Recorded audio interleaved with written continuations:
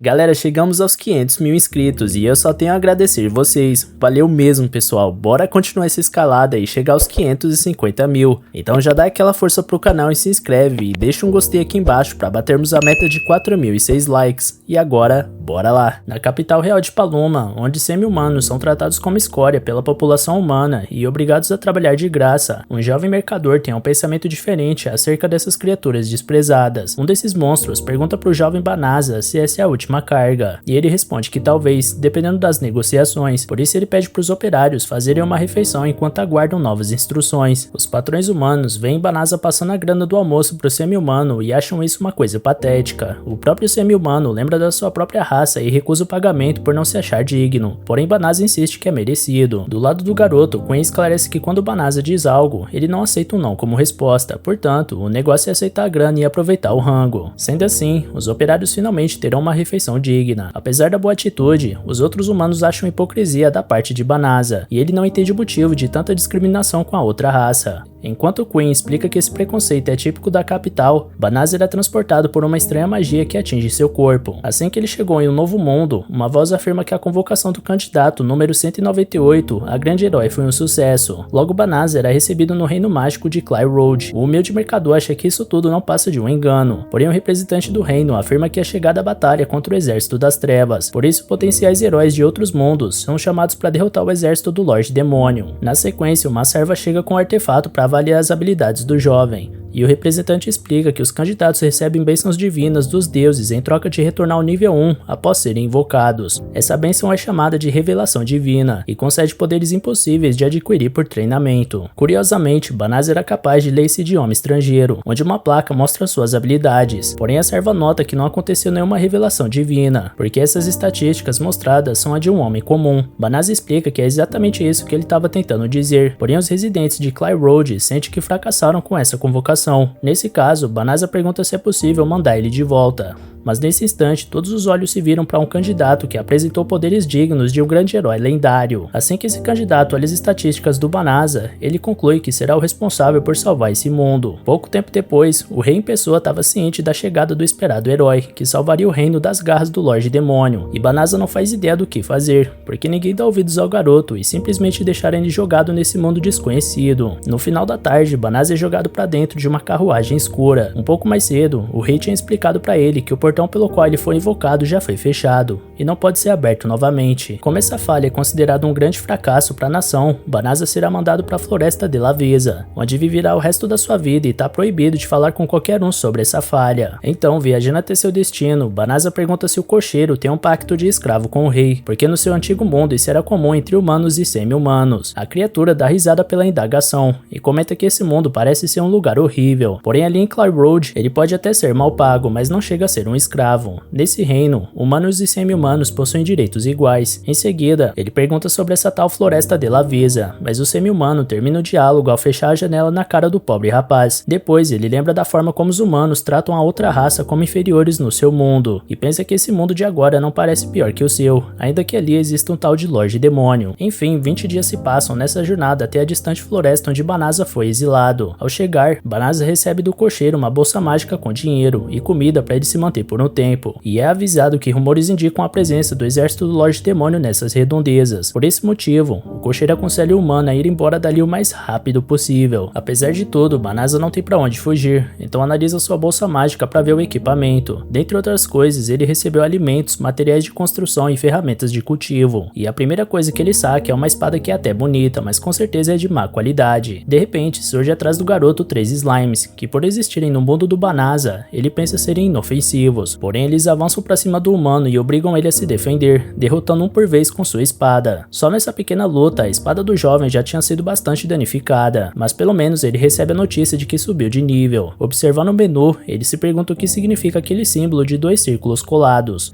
enquanto recebe autorização para ligar a orientação por voz. Doido para ter alguém com quem conversar, Banasa se anima com a ferramenta e logo é avisado por ela que recebeu 2 feitiços mágicos de rastreamento, a atração de monstros e a recuperação forçada. Banasa acredita que essas habilidades foram o que atraíram os slimes, e levando em conta que deram uma espada péssima para ele, o mercador conclui que obviamente estão querendo varrer ele do mapa. Contudo, o sistema oferece a possibilidade de remover esses feitiços da bolsa, então o exilado manda tirar os 2 sem pensar 2 vezes. Isso faz Banasa se questionar por que afinal eles colocariam esses feitiços tão fáceis de remover, mas nada faz sentido na sua cabeça. No momento, ele precisa arranjar um lugar para se proteger, mas antes de ele entrar na floresta de Laveza, o sistema alerta que ela está contaminada com alta concentração de Malicium, um nome genérico para substâncias líquidas ou gasosas emitidas por demônios e que causam sérios danos às raças humanoides. Por isso, o sistema se oferece para purificar a floresta, e sem fazer ideia de como ele tem permissão para pedir isso, Banasa não recusa a proposta. Esse feitiço vai consumir 1/3 da magia do exilado, mas não é como se ele fosse um mago supremo das trevas, então essa mana perdida simplesmente não vai fazer falta nenhuma. Logo, uma energia mágica extremamente intensa varre toda a extensão da floresta de Laveza, e em poucos segundos a intensa luz tinha exterminado todas as impurezas do recinto. Com esse efeito extraordinário, o mercado upa tantos níveis que o sistema empilha notificações de level up, que quase ameaçam derrubar o pobre garoto no chão. Nesse meio tempo, a primeira princesa de Cly Road denuncia ao rei a crueldade em exilar aquele candidato herói por um erro cometido pelo próprio reino, ainda mais por causa dos boatos de forças demoníacas montando sua base de linha de frente por lá. De repente, um subordinado alerta que a purificação, a mais elevada magia sagrada de todas, acabou de ser usada. Com a notícia, o rei pensa que o grande herói dos cabelos dourados acaba de subjugar o exército do Lorde Demônio, mas na verdade o feitiço não foi usado no sul, para onde esse herói se dirige, mas sim em uma floresta no extremo norte. Enquanto isso, em uma floresta no extremo norte, Banasa atinge o nível 367 sem mover um músculo sequer, e ele nota que aquele símbolo estranho no sistema ainda não mudou. Logo ele decide desativar as notificações de level up para o seu cérebro não fritar, e ao questionar quanto de mana ainda falta para ele, o sistema mostra sua magia sendo restaurada completamente em poucos segundos. Depois, o sistema oferece a magia mudança de aparência, então ele aceita a oportunidade de não ser mais reconhecido pelo reino de Cly Road, e para garantir que isso aconteça, escolhe o gênero feminino para se remodelar, ganhando atributos físicos salientes. Porém, ele percebe que não vai conseguir parar de se olhar no espelho caso se mantenha dessa forma, portanto volta ao gênero masculino, e sua remodelagem permitirá que ele entre e saia de Cly Road sem ser reconhecido como Banasa. Em seguida, o sistema indica o feitiço de teletransporte para levar o jovem de volta para a capital, e como não é bobo nem nada, o mercador abraça a vida fácil e vaza da floresta. Ao chegar na capital real, Banasa fica impressionado por ter usado uma magia que só os feiticeiros mais poderosos podiam invocar no seu antigo mundo. Pensando nisso, ele tem a ideia de usar a mesma habilidade para retornar ao seu universo de origem, mas quando nada acontece ao comandar a ordem, o jovem nota que aí já é pedir demais. De qualquer forma, agora ele precisa pensar num jeito de arranjar dinheiro para sobreviver nesse mundo, então sai em busca de uma guilda de aventureiros para fazer missões de caça a monstros ou transporte de carga. Nessa hora, o sistema surge de novo para dar seguimento à vida fácil, mostrando o caminho da guilda de aventureiros de Cly Road pro humilde mercador. Chegando lá, ele é avisado que a guilda classifica os aventureiros que sobem de rank ao fazer missões, e conforme forem subindo de classificação, poderão acertar missões mais difíceis e que pagam melhor. Sendo assim, Banasa se registra e quase usa seu nome original, mas consegue se corrigir a tempo e escolhe a alcunha de Fleo, o nome do seu cachorro. Portanto, Fleo estava finalmente registrado na guilda aventureiros, então recebe um pingente onde suas informações são armazenadas. Resolvido isso, ele começa a procurar seus primeiros trabalhos, até que ele encontra uma jovem garota pedindo uma companhia para levar ela até a floresta de Laveza. Até dinheiro a garota oferece pela escolta, porém ninguém se oferece para esse serviço, levando em conta dos boatos sobre a presença das forças demoníacas na região. Um semi-humano comenta que uma força de domínio do reino será enviada em breve, porém a jovem não pode esperar porque sua família vive lá perto e corre grande perigo. Mesmo com esse pedido de ajuda, a dupla de aventureiros empurra a garota ao se cansar da insistência. Então Fleo surge com seu charme inigualável para salvar o dia da donzela. Com todos em volta olhando espantados, Fleo afirma que pode teletransportar os dois até a floresta, e isso faz a guilda inteira se questionar como um moleque daquele era capaz de fazer isso. Nesse instante, um membro dos Cavaleiros Reais, chamada Balirosa, manda Fleo se afastar da garota, porque certamente o cara não parece um mago habilidoso bastante para invocar essa magia tão avançada. Ela e suas companheiras supõem que o homem tá planejando sequestrar a pobre garotinha, então Fleo tenta limpar sua barra ao se apresentar e convidar todas para acompanharem essa jornada. Fleo cumpre sua palavra ao teletransportar o grupo até a floresta. Por causa do uso dessa magia, uma feiticeira pergunta se ele é um mago do mais alto nível, porém Fleo responde que é só um novato que é fã de magia. Em seguida, todas pedem perdão por terem julgado errado o aventureiro, e a pequena garota repara que o Malicium da floresta foi todo embora. Fleo ia avisar o que rolou, porém o sistema alerta que é perigoso informar a um demônio que ele usou a purificação. Fleo não entende o porquê a garotinha seria um demônio, enquanto Balirosa e as outras mulheres apontam suas armas para a criança. O mercador tenta entender o que está acontecendo, então a líder das mulheres conta que a guilda alertou sobre uma jovem suspeita que solicitou assistência para viajar até a floresta de Laveza. Com isso, a criança perde sua expressão inocente e se apresenta como Fenris, irmã mais nova de Fengaril, dos Quatro Infernais. Fenris diz que que seu irmão enviou ela para observar o inimigo e encontrar comida, mas agora vai ter que eliminar esses intrometidos. Então ela solta uma nuvem de Malicium que derruba todas as combatentes humanas, porém Flew continua de pé, e por isso o lobo promete acabar com ele depois que derrotar todas em volta. O Lupino tenta devorar Balirosa, porém o aventureiro salva a mulher na hora. Apesar disso, ele não pode lutar e ainda proteger todas ao mesmo tempo, por isso ele manda o sistema teletransportar todas de volta pro castelo de Clyde. Feito isso, Fenris pergunta se o humano quis ficar para virar almoço, porém o jovem promete não morrer até descobrir o que realmente aconteceu com ele. Até lá, ele vai testar todos os feitiços que puder, e o primeiro que ele utiliza é o salto meteórico para escapar de uma investida do lobo gigantesco. Ao pular por cima da fera, ela tenta acertar Flew com sua cauda, porém ele invoca uma muralha de terra para se proteger e contra-ataca com o redemoinho. Quando Fenris se livra, Flew joga uma magia de gravidade e consegue prender a fera gigante no chão. Diante disso, ele precisa pensar rápido como derrotar o inimigo. Então o sistema recomenda uma magia de subjugação que domina o alvo e faz você controlar seus pensamentos e ações. Se lembrando do sofrimento dos semi-humanos no seu mundo, Flew recusa a recomendação e pede outra, enquanto Fenris tenta se soltar da gravidade imposta sobre ela. Porém, o sistema insiste na mesma magia de escravização, e ao passo que o lobo busca se fortalecer com suas magias, Flew não sabe o que fazer, porque não aceita chegar nesse mundo e cometer o mesmo erro dos habitantes da sua terra. No entanto, Fenris perde sua mana ao tentar se livrar da gravidade, e ao desistir, ela pede pro humano executar ela, porque não há caminho na vida para um guerreiro que não consegue lutar. Por sua vez, Flew revela que nem ao menos gosta de lutar e liberta a fera. Fenris questiona se ele vai poupar um demônio, inimigo natural da humanidade. Porém, Flew não se importa se é um demônio ou um homem, ele não vai matar alguém que se rendeu. Diante disso, Fenris ressalta o quanto o garoto é inocente, e logo depois reassume sua forma humana. Flew cobre a garota que ficou nua após a transformação, e ele pede para ela jurar não entrar em mais conflitos com os humanos, porque assim ele vai permitir que ela vá para onde quiser. Logo ele abre sua bolsa em busca de uma roupa para ela, porém ela desmaia por esgotamento de mana. Por isso ele monta um acampamento para a garota descansar, enquanto avalia suas magias no menu. Lembrando do feitiço de teleporte que causou tanto rebuliço na guilda de aventureiros, Flew se pergunta por que ele tem uma habilidade tão avançada. Ao despertar, Fenris abre a cortina da barraca e observa o humano, refletindo que nem ela teve qualquer chance contra ele, mesmo tendo certeza que os humanos eram uma raça frágil. Então, com sua mana completamente restaurada, ela comenta com Flew que qualquer outro teria matado e retirado a pele dela. Por isso, ela decide se tornar serva do humano e promete não entrar mais em conflitos com a espécie dele. Ao escutar ela chamar Flew de mestre, ele deixa claro que não precisa de nenhuma escrava. Porém, Fenris usa a mesma estratégia do gatinho do Shrek ao fazer cara de pobre coitada, mas o garoto se mantém firme na sua decisão. Diante disso, Fenris anuncia que só resta morrer e tenta se cortar com uma das suas garras, e com isso, Flew volta atrás e chama ela para acompanhar ele. Logo depois, Flew explica que veio de outro mundo, convocado como candidato a grande herói, mas viram que ele não tinha nenhuma habilidade e exilaram ele na floresta. Desde então, ele usa uma magia para alterar sua aparência e não ser identificado pelo reino de Clyde. Portanto, Fenris vai se arrepender caso decida seguir o garoto de fato. A garota não se importa com nada disso, porque uma regra dos lupinos é viver em função do seu mestre até o fim dos seus dias. Sendo assim, Fenris pede definitivamente pro Flew deixar ela ficar ao seu lado, e quando ele pergunta de volta se ela realmente quer isso, a garota abraça o garoto como resposta. Enquanto isso, no reino de Clyde, o grande herói comunica ao rei que suas forças, que foram enviadas para atacar o exército do Lorde Demônio, acabaram sendo derrotadas. Por isso, ele quer saber que tipo de soldados são aqueles concedidos pela coroa. Afinal, eles entraram em pânico e quebraram a formação ao ver uma simples esfera mágica, e por isso acabaram exterminados. Frente a isso, o rei questiona se realmente a culpa é toda dos soldados. Então o grande herói responde que o soberano deveria agradecer por ele ter trazido alguns deles vivos para casa. Após a partida do famoso guerreiro, o rei pergunta para um soldado como foi o rendimento do herói em batalha, e o soldado conta que ele permaneceu na retaguarda do exército o tempo inteiro, e quando o conflito estourou, ele fugiu enquanto suas tropas lutavam por suas vidas, e ainda jogou a responsabilidade disso aos homens que ficaram. Nesse meio tempo, o grande herói dos cabelos dourados está revoltado porque tem um mês que ele está treinando direto, mas suas habilidades só são fortes o bastante para lutar contra humanos ou feras mágicas fracas. Nesse instante, chega uma mulher chamada Tsuya, e o herói pede desculpas por ter feito ela esperar. Tsuya responde que esperar é uma das suas funções como serva dele, então o herói decide oferecer todos os luxos que puder à mulher com o dinheiro do castelo. No dia seguinte, Flew ressalta que precisa ganhar dinheiro para viver nesse mundo, por isso vai arranjar trabalho na guilda e depois pagar uma hospedaria para passar a noite. Fenris esclarece que vai estar acompanhando o mestre, porém ele diz que não gosta de ser chamado assim, mas quando ia dizer seu nome, um comerciante oferece vegetais recém-colhidos para a esposa. Fenris não entende o motivo de ter sido chamada de esposa, então Flew explica que o cara pensou que eles fossem casados, e que pode ser interessante fazer as pessoas pensarem desse jeito para que que eles possam viajar sem levantar tantas suspeitas. Sem pensar duas vezes, Feliz aceita o convite, porque não tem honra maior para uma mulher lupina do que ter um marido forte. Fleo lembra que isso seria só encenação, porém a garota já começa a chamar o rapaz de querido. Ao chegarem na guilda de aventureiros, Feliz se inscreve como membro e acha intrigante o cordão que os humanos usam para se identificarem, e Fleo mostra o dele pra garota. Feliz acha que eles combinam pelo fato dos dois terem um cordão parecido, então ela lembra de um ritual de casamento da sua raça, onde o casal engole alguns ossos de uma presa que eles caçaram juntos, e ter um acessório combinando lembrou ela disso. Nesse instante, a atendente da guilda pergunta qual nome Feliz vai usar no registro, e como ela ia dizer seu nome real pra mulher, Fleo interrompe a tempo e responde que ela vai usar a alcunha de Iris. Depois disso, enquanto buscavam um trabalho, a garota pede perdão por ter esquecido de ocultar o nome verdadeiro, mas ainda assim, Fleo acredita que ninguém vai descobrir a identidade dela com essa transformação de humana. Por falar nisso, ele vai precisar que ela haja como uma, então pede a colaboração da serva. De repente, uma mulher anuncia uma missão urgente, porque um grande grupo de Psycho Bears foi visto ao norte vindo em direção ao reino. Segundo rumores, os Psycho Bears foram os responsáveis por destruir o exército do grande herói, e por isso os aventureiros hesitam em pegar esse trabalho. Como é uma missão urgente, a representante da guilda libera ela para qualquer rank que queira, e dobra em 10 vezes a recompensa por cada urso abatido. Fleo acha uma proposta lucrativa, mas prefere evitar esses ursos por achar que não é capaz de enfrentar eles, então Feliz se propõe a ir sozinha, fazendo o humano trocar de ideia e acompanhar a serva na jornada. Ao chegar na floresta onde os Psycho Bears foram vistos pela última vez, a dupla se aproxima de um vilarejo onde fica a casa vazia que a guilda disponibilizou para os aventureiros dessa missão. Planejando fazer a casa de base, Feliz tem certeza que os dois juntos são capazes até de enfrentar o próprio Lorde Demônio, até que escutam um grito de longe e vão ver de onde veio. Embaixo do precipício, um conhecido grupo de cavaleiras está cercado por Psycho Bears, e Feliz sugere que eles ignorem esse grupo porque elas parecem fracas demais. Lá embaixo, Ballyrosa pede para Blossom recuar porque está gravemente ferida, e ao usar só um dos braços para empunhar sua pesada espada, a garota acaba sendo derrubada por um urso. Porém, Fleo salva a mulher com sua magia de relâmpago. Depois, outro urso ataca Belano, a maga do grupo, então Feliz esmaga a criatura com um pisão. Diante do conflito resolvido, Ballyrosa nota que é o Fleo, então a equipe agradece por terem sido salvas mais uma vez por ele. Ballyrosa confessa que ficou preocupada em deixar o garoto sozinho contra aquela besta maligna, embora acreditasse que ele pudesse se virar sozinho. Escutando a forma como foi chamada, Feliz acaba expressando sua raiva, então Fleo conta que essa garota é Iris, sua companheira de viagem, deixando ela nervosa por não ter sido apresentada como sua esposa. A raiva é tanta que assim que outro Psycho Bear se aproxima, o demônio olha nos olhos da fera com uma expressão sinistra e faz o urso desmaiar no ato. Ainda por cima, o urso se rende à garota e faz o mesmo olhar que ela fez com o Fleo, por isso ela deseja fazer desse urso um novo subordinado ou um bichinho de estimação. Afinal, os Psycho Bears são pragas ferozes conhecidas por terem dizimado o exército do grande herói, portanto serão muito úteis. Enquanto a equipe das mulheres treme de medo, Fleo decide impedir que o urso ataque mais pessoas, então usa uma magia de restrição para manter o animal sob controle, e logo depois usa sua magia de mudar a aparência para tornar a fera num pequeno animal que tá longe de causar pânico. Fenris pergunta qual vai ser o nome do bicho, então Fleo sugere Saibe por ter a ver com o nome da raça. Observando a cena, Ballyrosa não entende como aqueles dois não apenas acabaram com todos os Psycho Bears, mas também domesticaram um, por isso a guerreira se aproxima para pedir um favor. De volta à base, ela agradece Fleo por ter salvado elas 2 vezes, por isso decide se apresentar formalmente pro rapaz. Ela é Ballyrosa, cavaleira de Clyde Road, enquanto Blossom usa os músculos que ganhou com o trabalho pesado na fazenda para servir na linha de frente. Bilary costumava cuidar dos cavalos do exército até se tornar uma guerreira, e Belano é uma feiticeira especialista em magia defensiva. Logo, a líder do grupo revela que gostaria do treinamento de Fleo, porque ao ser derrotado em batalha, o grande herói anunciou que só vai enfrentar o Lorde Demônio acompanhado de guerreiros que possam ser seu braço direito, e depois se trancou na fortaleza. Diante disso, o rei estipulou que o exército deve treinar até ser capaz de derrotar Psycho Bears, e como ainda não são capazes, as mulheres querem a ajuda do Fleo. O garoto se pergunta como vai ensinar se nem ele sabe como usa suas magias, enquanto Fenris mostra sua ira demoníaca diante da cara de pau das garotas, em darem em cima do seu homem, na cabeça dela. Diante disso, Fleo aproveita para deixar claro que tudo o que quer é ter uma vida ao lado da sua esposa Iris, então o demônio se acalma. As garotas se mostram surpresas e lamentam não poderem ser treinadas por esse motivo, porém a própria Fenris incentiva o treinamento, porque ninguém melhor que ela para saber o quanto esse rapaz ajuda os necessitados, e como sua esposa, cabe a ela respeitar sua decisão. Sendo assim, Fleo decide acolher a equipe, e depois de comemorar a notícia, as garotas pedem para ficar na casa dele, porque é perigoso acampar nessas redondezas repletas de muros. Fleo acha que tá enrascado, porém Fenris diz que não tem problema nenhum, porque ali tem quartos o bastante. Enquanto isso, uma subordinada subordinada chamada Uliminas informa ao seu mestre, o Rei Demônio, que o feitiço de purificação que aniquilou o exército do Fengaril na Floresta de Lavesa não foi invocado pelos magos de Cly Road. Na verdade, foi uma pessoa em específico. Diante disso, o Lorde Demônio se surpreende com a capacidade de um só humano ser capaz de fazer isso, portanto manda Uliminas capturar esse indivíduo. Por falar no sujeito, Flea acorda na companhia da Riz, que parecia esperar pelo despertar do moleque igual um gato olha para um rato. Flea questiona esse comportamento, mas na cabeça da garota nada mais normal que isso, já que agora eles são um casal. Na hora o rapaz se lembra da noite passada, onde Riz chamou ele para dar aquela sentada ao seu lado na cama, porque segundo ela, estaria disposta a se entregar de corpo e alma pro seu mestre. Flea dá pra trás e nega a proposta, fazendo a Lupina achar que não é amada, mas logo ele explica que essas coisas levam tempo, com etapas que deveriam ser respeitadas. Coberta de razão, Riz reclama que relações humanas são complicadas, e o moleque comprova isso indo dormir no corredor. Porém, ela comenta que as outras vão duvidar do relacionamento dos dois se virem ele solto por aí, o que obriga o pobre rapaz a dar meia volta. Sem dar um segundo de fôlego pra ele, a garota lembra que tá na hora de trocar de roupa e puxa a blusa dele sem dó, no momento em que a Balirosa entra sem bater na porta pra falar sobre o treinamento, mas tem que vazar na mesma hora ao presenciar aquela cena. Mais tarde, quando o treinamento começa pra valer, Balirosa saca sua espada contra o enorme javali e se declara como cavaleira de Clay Road. Porém, a fera não parece muito amedrontada com esse título, botando a loira pra correr. Blossom demonstra mais coragem e se coloca à frente com sua pesada espada, enquanto Riz manda Belano criar um escudo pra salvar a pele da companheira. Em seguida, Flea manda Bilere agir, então ela dispara uma flecha no javali que surte o mesmo efeito de uma bolinha de papel. Pra piorar, a maga do grupo fica sem mana, então Blossom fica isolada pra tancar o gigantesco porco selvagem. Sendo assim, ele coloca a equipe pra praticar corrida à força. Depois do treino, Flea mostra pras garotas o novo quarto delas, porque a recompensa pela execução dos Psycho Bears garante um pagamento bom bastante pra desembolsar uma nova casa. Nesse instante, Riz sobe pra chamar o povo pra janta, e tudo que eles veem sendo servido eram vários bifes crus do javali que eles acabaram de caçar. Flea comenta que eles preferem um pouco mais assado que isso, então deixa sua esposa descansando e se prepara para cozinhar com a Balirosa, enquanto Saib concorda com a Lupina que carne crua é muito mais saborosa. Algum tempo depois, todos ficaram impressionados com o banquete servido na mesa, e Flea elogia o talento da Balirosa pra cozinha. Ela conta que sua família não tinha um tostão, apesar de nobre, por isso ela acabava ficando a cargo de cozinhar, e isso fez ela aprender muitas coisas. Quando o almoço começa oficialmente, todos devoram a refeição com vontade, porém Riz acha que essa salada é comida de jabuti, coisa de herbívoro. Depois de insistir um pouco, Flea consegue convencer a esposa a experimentar, então leva apenas um segundo para ela se render às maravilhas da culinária humana, com sua salada temperada e a carne mal passada com sangue espirrando pelas entranhas. O problema foi quando ela escutou que a Balirosa que assou a carne, então o ciúme bateu na porta e fez a Lupina pedir para assar da próxima vez. Ao chegarem na guilda com uma pilha de javalis da montanha, o grupo surpreende todos em volta com essa caça produtiva, mas Flea acaba chamando mais atenção do que gostaria com isso. Enquanto a guilda avalia a caça, Riz pede para dar um pulo na cidade para resolver um problema pessoal, até que Leolith, um funcionário da guilda, pede para trocar uma ideia com o humano. Então, enquanto Flea acompanha o Homem-Gato, Riz se compromete a dar tudo de si na sua missão. Conversando com Leolith, Flea escuta que suas façanhas estão correndo aos quatro cantos do reino, portanto Cly Road gostaria de ter o garoto a serviço do grande herói, assim recebendo o título de cavaleiro honorário. Afinal, não é todo dia que se vê uma dupla de aventureiros dessa idade derrotando monstros de rank A. Flea avalia a proposta, mas decide negar por não ter motivos para entrar em conflito com os demônios, até porque sua esposa é um. Ao pisar fora da guilda, o aventureiro encontraria toda suja da cabeça aos pés. O garoto pergunta se ela foi atropelada por uma carruagem, mas na verdade ela estava tendo aulas de culinária, onde a professora ensinava que o caminho para o coração de um homem é o estômago. Riz se esforça para aprender a cozinhar, mas ela simplesmente não leva jeito nenhum, então explode o tomate com a mão, joga o pote de farinha inteiro na carne e por fim explode a panela que manchou seu corpo inteiro. Mais tarde, o grande herói tá num chá de boneca com suas amigas, até que fica sabendo da última fofoca do reino, sobre uma dupla que veio ganhar nas manchetes de Cly Road com seu talento. Então o herói deseja que seus subordinados cheguem o quanto antes para retomar os ataques contra os demônios. Um mês depois, representantes do reino continuam voltando na casa do Flea para convencerem os aventureiros a se juntarem às forças de Cly Road, mas o garoto continua rejeitando a proposta. Passada mais uma oferta, Flea vai dar uma olhada na horta que ele tá montando nos fundos, e Blossom tá dando uma força na terra para compensar tudo que o aventureiro tem feito por elas. Junto do Saib, ela pede para eles ficarem por conta do cultivo, e Flea acha o trabalho dela tão bom que passa a acreditar que ela leva a horta mais a sério do que o treino com a espada. Dentro da floresta, Riz tenta convencer a Bileres a usar uma família de aves como alvo, mas a garota tá com pena de matar os bichinhos que ela acha tão fofos e inocentes. Reed argumenta que a carne desse pássaro é macia e suculenta. Porém a arqueira se mantém firme como a primeira vegana de Clay Road. Quanto à maga do grupo, Billy recebe do Frio um anel mágico para aumentar sua mana, e ele pede para ela usar no treino de hoje para ver a diferença. Desatenta ou nem tanto, Billy estava prestes a colocar o anel no dedo anelar, porém Liz estava na cola dela para evitar isso. Por último, Ballyrosa estava apanhando de uma larva gigante e implorando pela ajuda do Frio, porém quem salva a cavaleira é Liz, que sem demonstrar paciência, manda Ballyrosa parar de bancar a donzela em perigo, porque isso não passa de um truque para chamar a atenção do marido dela. A cavaleira fica sem entender enquanto Oliminas se move escondida na mata. Durante o almoço, todos se surpreendem com o enorme avanço da Lupina nos seus dotes culinários, então ela explica que passou esse tempo inteiro praticando sempre que podia, e que antes ela achava que essa era uma atividade simples que se resolvia com mágica. Entretanto, logo ela descobriu que nem tudo podia ser feito com esse tipo de atalho, e no final foi ótimo aprender algo que não envolva arrancar a cabeça do inimigo, e de quebra ainda agrada o maridão com um prato de curry picante. Enquanto isso, do lado de fora, Oliminas reconhece feliz a guerreira mais formidável do Lorde Demônio, rodeada amistosamente por humanos. Para surpresa dela, a própria Ari estava ciente da sua presença, e logo chama o demônio para tomar um chá. Fleo fica espantada ao descobrir que Oliminas é assistente do Lorde Demônio, então ela conta que só estava observando os arredores e chegou ali por acaso. Riz conta que casou com esse homem ao lado dela, e diante do queixo caído da ex-companheira de exército, Riz pergunta se por acaso ele tem a intenção de atrapalhar isso. Oliminas nega a acusação enquanto queima a língua no chá, que Riz faz questão de comentar que está na temperatura perfeita. Analisando seu entorno, Oliminas reflete que a Fenris virou outra pessoa desde que saiu do exército, e ela acha surpreendente esse homem não ficar com medo diante de dois demônios, mas o pior é ela não conseguir medir as habilidades dele com seu poder de avaliação, já que nenhum Lorde Demônio escapa disso. Para dar corda na missão, Oliminas se finge e comenta que não se deparou com monstro nenhum na floresta de Lavisa, então o Fleo comenta que sua purificação deu certo, fazendo a demônia cuspir o chá com espanto. Logo ela lembra Fenris que foi esse humano que matou o irmão dela, Fengaris, assim como as tropas que acompanhavam ele. Riz manda a ex-colega calar a boca, mas a essa altura Fleo quer saber do que ela tá falando. Então, Riz conta que já suspeitava disso, porque poucos humanos são capazes de lançar um feitiço de purificação. Logo ela conta que seu irmão, Fendaris, é um dos 4 infernais, mas que a culpa foi toda dele em ser derrotado. Por isso, quando sofreu o mesmo destino, Riz decidiu tornar Fleo seu mestre para admirar sua força. Bisbilhotando atrás da porta, a equipe das garotas fica de boca aberta com essa revelação, e Belano chega a desmaiar com um plot twist. Enquanto isso, Liminas percebe que Fenris se tornou uma inimiga, e em seguida convoca Fleo para um duelo para testar o poder do escolhido de Fenris. A esposa do garoto alerta que esse demônio quer matar seu marido usando essa desculpa, mas ainda assim a serva do Lorde Demônio consegue o duelo, e estabelece o uso livre de magia, e perde quem desistir primeiro. Dito isso, Liminas lança as garras venenosas de gato no inimigo, planejando distrair ele enquanto ataca por baixo com outro feitiço. Porém, Fleo dissipa as duas magias com um estalar de dedos, e em seguida lança a crucificação sobre a oponente, prendendo ela. Feito isso, o humano deixa claro que jamais vai permitir que qualquer um encoste na sua esposa, ao passo que a rival se rende. No dia seguinte, o dono da casa comenta com as garotas que não contou sobre a verdadeira identidade da Riz para evitar problemas, mas entende se elas quiserem denunciar pro reino. Mas antes de qualquer coisa, Riz anuncia que não serve mais ao Lorde Demônio, porque decidiu servir ao seu marido. Ballyrosa recorda que o dever delas, como cavaleiras de Clay Road, é denunciar esse tipo de coisa, mas elas não enxergam má intenção nesse caso. Blossom acrescenta que o grupo delas já conversou entre si, e todas concordaram em deixar isso pra lá, porque Fenris ajudou muito com o treinamento delas, e seria injusto jogar aos lobos quem tanto auxiliou elas. Embora as garotas estejam do lado da Lupina, só a ex-parceira não compartilha desse sentimento. Então ela retorna nessa manhã com a legião de dragões do Lorde Demônio para cumprir sua missão de eliminar o humano e sua esposa traidora. Ballyrosa comenta que essa legião foi a responsável por dizimar incontáveis batalhões humanos no passado, enquanto Luminas oferece a rendição aos seus inimigos. Porém, o único sentimento que Filho demonstra é a empolgação por estar vendo um dragão de perto pela primeira vez na vida. Luminas fica irada com o desprezo e ataca com uma bola de fogo. Então o humano responde com a magia sagrada do martelo divino, fritando a maior parte da legião mais poderosa de dragões demoníacos em um segundo. O resto que sobreviveu mete o pé sem pensar duas vezes, enquanto Luminas é deixada para trás e corre por sua vida. Riz xinga ela por ter tentado matar seu marido de novo, enquanto Blossom adoraria ser capaz de acertar um desses dragões para chamar sua enxada de ceifadora de dragões. Então Fleo se manifesta e manda ela atacar a enxada contra a fera alada, e assim que a mulher faz isso, o aventureiro fortalece a ferramenta com velocidade, perfuração e elemento sagrado, dando poder o bastante para a enxada atravessar o pescoço da fera alada que cruzava os céus. Com isso, Blossom realmente ganha o título de ceifadora de dragões. dragões, então o resto do grupo se apressa para pedir sua vez de fazer o mesmo, porém os monstros voadores já tinham ido embora. Vendo Balirosa lamentar do outro lado da sua caveira refletora, o Lorde Demônio descobre que esse tal humano nem é o grande herói, e ainda assim consegue lançar magias de um nível tão alto. Por essa razão, o Lorde decide agir e tomar o próximo passo.